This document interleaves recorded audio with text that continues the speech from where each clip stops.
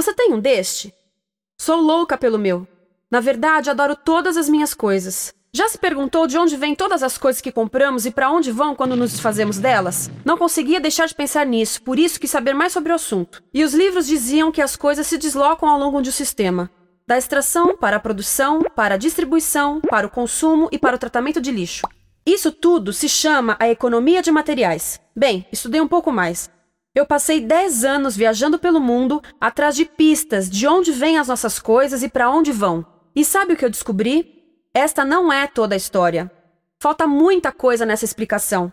Em primeiro lugar, neste sistema parece que está tudo bem, sem problemas. Mas, na verdade, é um sistema em crise, porque trata-se de um sistema linear e nós vivemos num planeta finito. E não se pode gerir um sistema linear num planeta finito indefinidamente. Em todas as suas etapas, este sistema interage com o mundo real. A vida real não acontece numa página em branco. Interage com sociedades, culturas, economias, o ambiente. E durante as etapas, a vida vai se chocando contra seus limites. Limites que aqui não vemos porque o diagrama está incompleto. Então, voltemos atrás para preencher alguns espaços e ver o que falta. Uma das coisas mais importantes em falta são as pessoas. Sim, pessoas. As pessoas vivem e trabalham em todas as etapas desse sistema, onde algumas são um pouco mais importantes que outras, algumas têm maior poder de decisão. Quem são elas? Comecemos pelo governo. Meus amigos dizem que eu devia usar um tanque para simbolizar o governo, e isso é uma realidade em muitos países, e cada vez mais também no nosso. Afinal, mais de 50% dos nossos impostos vão para os militares. Mas vou usar uma pessoa para simbolizar o governo, porque acredito nos valores e na visão de que o governo deve ser das pessoas, pelas pessoas, para as pessoas. A função do governo é olhar por nós, cuidar de nós. Esse é o seu trabalho. Depois vem as corporações. O que leva as corporações a parecerem maiores que o governo é porque elas são maiores que o governo. Atualmente, entre as 100 maiores economias da Terra, 51 são corporações. À medida que as corporações foram crescendo, em tamanho e poder, assistimos a uma pequena mudança no governo, como se estivessem mais preocupados com o bem-estar deles do que com o nosso. Muito bem, então vejamos o que mais falta nessa imagem. Começaremos pela extração, que é uma palavra pomposa para exploração de recursos naturais, que por sua vez é uma palavra pomposa para destruir o planeta. A verdade é que cortamos as árvores, arrebentamos as montanhas para extrair os metais, consumimos toda a água e exterminamos os animais. Aqui enfrentamos o nosso primeiro limite. Estamos ficando sem recursos naturais. Estamos utilizando demasiados materiais. Sei que isto pode ser difícil de ouvir, mas é a verdade. Por isso temos que lidar com isso. Durante apenas as 3 últimas décadas, foram consumidos 33% dos recursos naturais do planeta. Desapareceram. Cortamos, minamos, perfuramos e destruímos o planeta tão depressa que estamos debilitando a capacidade do planeta para sustentar o nosso modo de vida. Onde eu vivo, nos Estados Unidos, resta-nos menos de 4% da nossa floresta original. 40% dos cursos de água estão impróprios para o consumo. E o nosso problema não é apenas estarmos utilizando demasiados recursos, mas o fato de estarmos utilizando mais do que a nossa parte. Temos 5% da população mundial, mas usamos 30% dos recursos mundiais. Se todos consumissem ao ritmo dos Estados Unidos, precisaríamos de 3 a 5 planetas. E sabem uma coisa? Só temos um. Então, a resposta do meu país a essa limitação é simplesmente ir tomar dos outros. Este é o terceiro mundo, que alguém dirá tratar-se apenas de uma expressão para designar o local para onde foram as nossas matérias-primas. E o que é que acontece? A mesma coisa, destruição do local. 75% das zonas de pesca do planeta estão sendo exploradas ao máximo ou além da sua capacidade. Desapareceram 80% das florestas originais do planeta. Só na Amazônia perdemos 2.000 árvores por minuto, o equivalente a um campo de futebol por minuto. Então, e as pessoas que vivem aqui? Bem, de acordo com esses sujeitos, eles não são donos desses recursos, mesmo que vivam lá há gerações. Não são donos dos meios de produção, nem compram muitas coisas. Nesse sistema, quem não possui nem compra muitas coisas não tem valor. A seguir, as matérias-primas seguem para a produção, onde utilizamos energia para misturar químicos tóxicos com recursos naturais para produzir produtos contaminados com tóxicos. Há atualmente no comércio mais de 100.000 químicos sintéticos. Apenas um punhado foi testado para avaliar o seu impacto na saúde, e nenhum foi testado em relação aos impactos sinérgicos na saúde, ou seja, a interação com todos os outros químicos aos quais estamos expostos diariamente. Por isso, desconhecemos o impacto total deles na saúde e no ambiente. Mas sabemos uma coisa: os tóxicos entram e saem. Enquanto continuarmos a introduzi-los nos nossos sistemas de produção industrial, continuaremos a inserir esses tóxicos nos produtos que levamos para nossas casas, trabalho e escolas, e claro, para nossos corpos. Como os BFRs, ou retardantes de incêndio à base de brometo, que tornam as coisas mais resistentes ao fogo, mas são super tóxicos. São neurotóxicos, ou seja, tóxicos para o cérebro. O que é que estamos fazendo usando esses químicos? Apesar disso, os usamos em nossos computadores, eletrodomésticos, sofás, colchões e até alguns travesseiros. Sim, pegamos nossos travesseiros, os revestimos com neurotoxinas, levamos para casa e dormimos por 8 horas com eles. Não sei, mas acho que num país com tanto potencial, poderíamos ter uma maneira melhor de evitar que as cabeças peguem fogo à noite. Sabia que essas toxinas vão se acumulando ao longo da cadeia alimentar e se concentram nos nossos corpos? Sabe qual é o alimento do topo da cadeia alimentar com o nível mais elevado de químicos tóxicos? O leite materno. Isto significa que os menores membros das nossas sociedades, os nossos bebês, recebem as maiores doses de químicos tóxicos das suas vidas a partir do leite das suas mães. Não acha que é uma incrível violação? A amamentação deveria ser o mais importante ato humano de nutrição. Deveria ser algo sagrado e seguro. A amamentação continua a ser o melhor e as mães devem amamentar, mas nós deveríamos proteger esse ato. Eles deviam protegê-lo. Eu pensava que zelavam pelos nossos interesses. As pessoas que mais sofrem com esses produtos químicos são os trabalhadores das fábricas. Muitos são mulheres em idade reprodutiva que trabalham com toxinas que afetam a gestação, carcinogênicos e muito mais. Agora eu pergunto: que tipo de mulher em idade reprodutiva trabalharia no emprego deste, exposta a estas toxinas, a não ser uma mulher sem outra alternativa? Essa é uma das maravilhas desse sistema. A erosão dos ecossistemas e economias locais aqui garante um fluxo constante de pessoas sem alternativas. No mundo, há 200 mil pessoas por dia se deslocando de ambientes que as sustentaram ao longo de gerações para cidades, onde muitas vivem em bairros de lata, à procura de emprego, por mais tóxico que seja. Não só os recursos são desperdiçados ao longo desse sistema, mas também pessoas, comunidades inteiras são desfeitas. Sim, as toxinas entram e saem. Muitas delas saem das fábricas em produtos, e muitas mais saem como subprodutos ou poluição, e estamos falando de muita poluição. Nos Estados Unidos, as indústrias admitem liberar mais de 1.800.000 quilos de químicos tóxicos por ano. Deve ser muito mais, porque isso é o que eles admitem. Trata-se de outro limite, porque quem quer ver e respirar 1.800.000 quilos de químicos tóxicos por ano? Então o que eles fazem? Mudam as fábricas poluidoras para o estrangeiro, para poluir outros países. Mas, surpresa, grande parte dessa poluição volta para nós trazida pelo vento. E o que acontece depois de todos os recursos naturais serem transformados em produtos?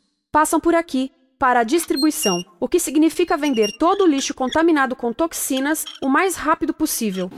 Aqui, o objetivo é manter os preços baixos, com as pessoas comprando os produtos em constante movimento. Como eles mantêm os preços baixos? Pagam salários baixos aos trabalhadores das lojas e restringem o acesso aos seguros de saúde sempre que podem. Tudo se resume em exteriorizar os custos. O verdadeiro custo da produção não se reflete no preço.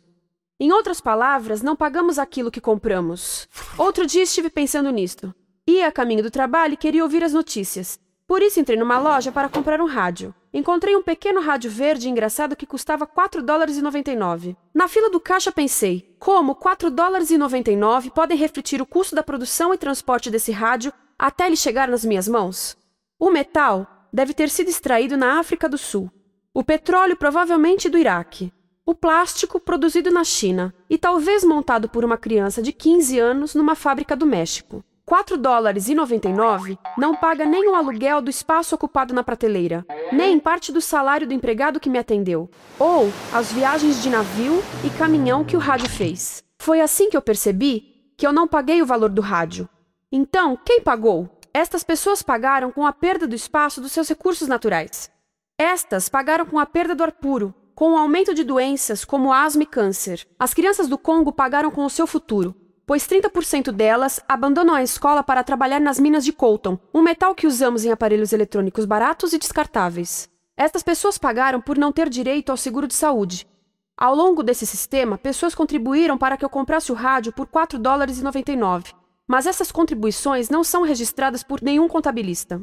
É isto que eu quero dizer com exteriorizar o verdadeiro custo de produção. E isso nos leva à seta dourada do consumo. O coração do sistema, o motor que impulsiona. É tão importante proteger esta seta que se tornou prioridade daqueles dois sujeitos. É por isso que após o 11 de setembro, quando nosso país estava em choque, o presidente Bush poderia ter sugerido fazer luto, rezar, ter esperança, mas não, ele disse para fazermos compras. Compras! Nos tornamos uma nação de consumidores. Nossa principal identidade passou a ser de consumidores. Não mães, professores, agricultores, mas consumidores. Nosso valor é medido e demonstrado pelo quanto contribuímos para esta seta. Quanto consumimos. Não é isso que fazemos? Compramos, compramos, compramos. Manter os produtos circulando.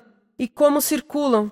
Sabe qual a porcentagem dos produtos que circulam através desse sistema que ainda são usados 6 meses depois da venda na América do Norte? 50%? 20%? Não, 1%. 1. Em outras palavras, 99% das coisas que nós cultivamos, processamos, transformamos, 99% das coisas que percorrem o sistema são lixo em menos de 6 meses. Como é que podemos gerir um planeta com esse nível de rendimento? Mas não foi sempre assim. Hoje, o consumidor médio americano consome o dobro que há 50 anos. Pergunte à sua avó. No tempo dela, a boa gestão, a engenhosidade e a poupança eram valorizados. Então, como é que isso aconteceu? Bem, não aconteceu simplesmente. Foi planejado.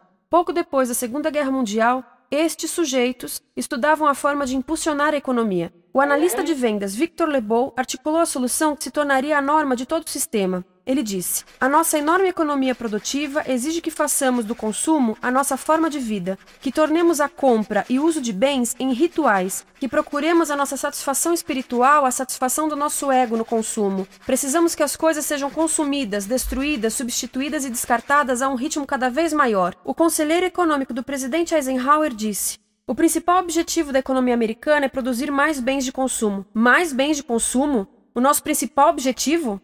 Não é providenciar cuidados médicos, ou educação, ou transportes seguros, ou sustentabilidade, ou justiça? Bens de consumo? Como é que eles nos fizeram adotar esse sistema de forma tão entusiástica? Bem, duas das suas estratégias mais bem-sucedidas são a obsolescência planejada e a obsolescência perceptiva. A obsolescência planejada é uma outra forma de dizer criado para ir para o lixo. Eles fazem as coisas de modo que sejam inúteis tão rápido quanto possível para jogarmos fora e voltarmos a comprar. Isso é óbvio em sacolas ou copos de plástico, mas verifica-se isso em coisas maiores como esfregões, DVDs, máquinas fotográficas, churrasqueiras, quase tudo, até computadores. Já reparou que quando compra um computador, a tecnologia muda tão rápido que em poucos anos se torna quase um impedimento para a comunicação? Fiquei curiosa e abri um desses computadores para ver o que tinha dentro, e descobri que a peça que se muda a cada ano é apenas uma pecinha no canto. Mas não se pode mudar apenas essa peça, porque cada nova versão tem um formato diferente. Tem que jogar tudo fora e comprar um novo. Estive lendo sobre o design industrial da década de 50, quando a obsolescência planejada começou a aparecer.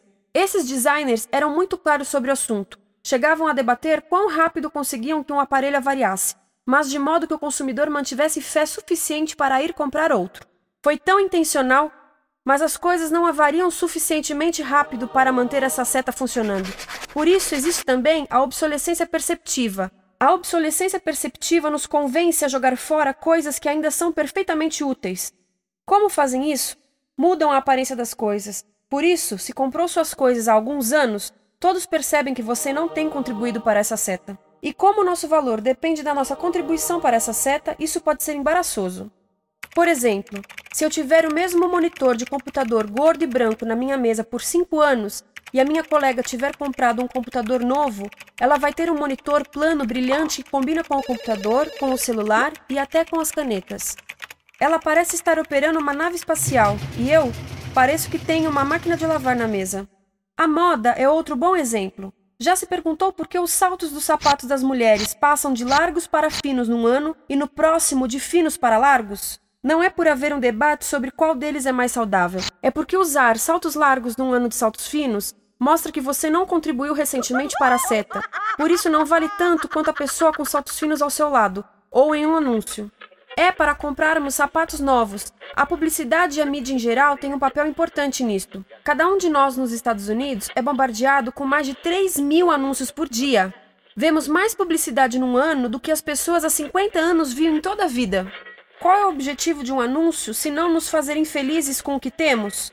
Por isso, nos dizem 3.000 vezes por dia que o nosso cabelo está errado, nossa pele, nossa roupa, nossos móveis, nossos carros, nós estamos errados. Mas tudo se resolve se formos às compras. A mídia também ajuda a esconder tudo isto e isto. Por isso, a única parte da economia que vemos são as compras. A extração, produção e envio para o lixo acontecem fora do nosso campo de visão. Por isso, nos Estados Unidos, temos mais coisas do que tivemos antes, mas pesquisas mostram nossa felicidade declinando. Nossa felicidade teve seu pico na década de 50, a mesma época em que a febre consumista explodiu. Coincidência interessante. Acho que sei o porquê. Temos mais coisas, porém menos tempo para o que realmente nos faz felizes. Amigos, família, tempo livre. Estamos trabalhando mais do que nunca. Analistas dizem que não temos tão pouco tempo livre desde a sociedade feudal. E sabem quais são as duas atividades que mais fazemos no pouco tempo livre que temos? Ver televisão e fazer compras. Nós, americanos, passamos 3 a 4 vezes mais tempo comprando do que os europeus. Assim, nessa situação ridícula, vamos trabalhar talvez em 2 empregos, e quando chegamos em casa exaustos e sentamos no sofá novo para ver televisão, os anúncios dizem que não prestamos, então vamos às compras para nos sentirmos melhor. Depois trabalhamos mais para pagar o que compramos e chegamos em casa mais cansados, vemos mais televisão que nos diz para fazermos compras outra vez. E estamos nesse ciclo de trabalhar, ver, comprar, e podíamos simplesmente parar. Então, no final, o que acontece a todas essas coisas que compramos? Nesse ritmo de consumo, não cabe tudo em casa, apesar do tamanho médio das casas ter duplicado nesse país desde os anos 70. Vai tudo para o lixo, e isso nos leva ao tratamento do lixo. Essa é a parte da economia de materiais que conhecemos melhor, porque nós temos de levar o lixo até a esquina. Cada americano produz 2 quilos de lixo por dia, o dobro do que fazíamos há 30 anos. Todo esse lixo ou é despejado num aterro, que é um grande buraco no chão, ou ainda pior, primeiro é incinerado e depois despejado no aterro. As duas formas poluem o ar, o solo, a água, sem esquecer que alteram o clima. A incineração é realmente ruim. Lembra daqueles tóxicos da fase da produção? Bem, queimar o lixo libera esses tóxicos no ar. Pior ainda, produz supertóxicos novos, como a dioxina. A dioxina é a substância mais tóxica feita pelo homem, e os incineradores são a principal fonte de dioxina. Isso significa que podemos parar a principal fonte da mais tóxica substância conhecida e feita pelo homem, simplesmente parando de queimar o lixo. E podemos parar hoje. Algumas empresas não querem criar aterros e incineradores aqui. Por isso, também exportam os resíduos. Então, e a reciclagem? A reciclagem ajuda? Sim, a reciclagem ajuda. Ela reduz o lixo nessa extremidade e depois reduz a pressão para minerar e colher mais nessa extremidade. Sim, todos devemos reciclar, mas reciclar não é o suficiente. Reciclar nunca será suficiente, por 2 razões. Primeiro, o lixo que vem das nossas casas é apenas a ponta do iceberg. Para cada saco de lixo que deixamos na esquina, 70 sacos de lixo são criados anteriormente, só para fazer o lixo desse saco que deixamos na esquina. Assim, mesmo que pudéssemos reciclar 100% do lixo das nossas casas, não se chegaria ao coração do problema. Além disso, grande parte do lixo não pode ser reciclado, ou porque contém demasiados tóxicos, ou porque é criado de início para não ser reciclável, como aquelas caixas de suco, que têm as camadas de metal, papel e plástico, todas coladas. Não dá para separar essas camadas para reciclá-las. Como se vê, é um sistema em crise. Por todo o percurso, estamos batendo em limites, do clima em mudança ao decréscimo da felicidade. Simplesmente não está funcionando. Mas a parte boa de um problema tão generalizado é haver tantos pontos de intervenção. Há pessoas trabalhando aqui salvando florestas, e aqui na produção limpa. Pessoas trabalhando em direitos do trabalho, em comércio justo, em consumo consciente, no bloqueio de aterros e incineradores. E muito importante, em recuperar o nosso governo, para que seja realmente pelas pessoas e para as pessoas. Todo esse trabalho é criticamente importante, mas as coisas vão realmente começar a se mover quando enxergarmos as ligações, quando enxergarmos o panorama geral. Quando as pessoas ao longo do sistema se unirem, Poderemos reivindicar e transformar esse sistema linear em algo novo, um sistema que não desperdice recursos ou pessoas, porque aquilo de que precisamos nos livrar é da antiga mentalidade de usar e jogar fora. Há uma nova escola de pensamento nesse assunto, e é baseada em sustentabilidade e equidade, química verde, zero resíduos, produção em ciclo fechado, energia renovável, economias locais vivas. Já está acontecendo. Há quem diga que é irrealista, idealista, que não pode acontecer. Mas eu digo que quem é irrealista são os que querem continuar pelo velho caminho. Isso é que é sonhar. Lembre-se que a velha forma não aconteceu por acaso. Não é como a gravidade que temos que conviver. As pessoas a criaram, e nós também somos pessoas. Por isso vamos criar algo novo.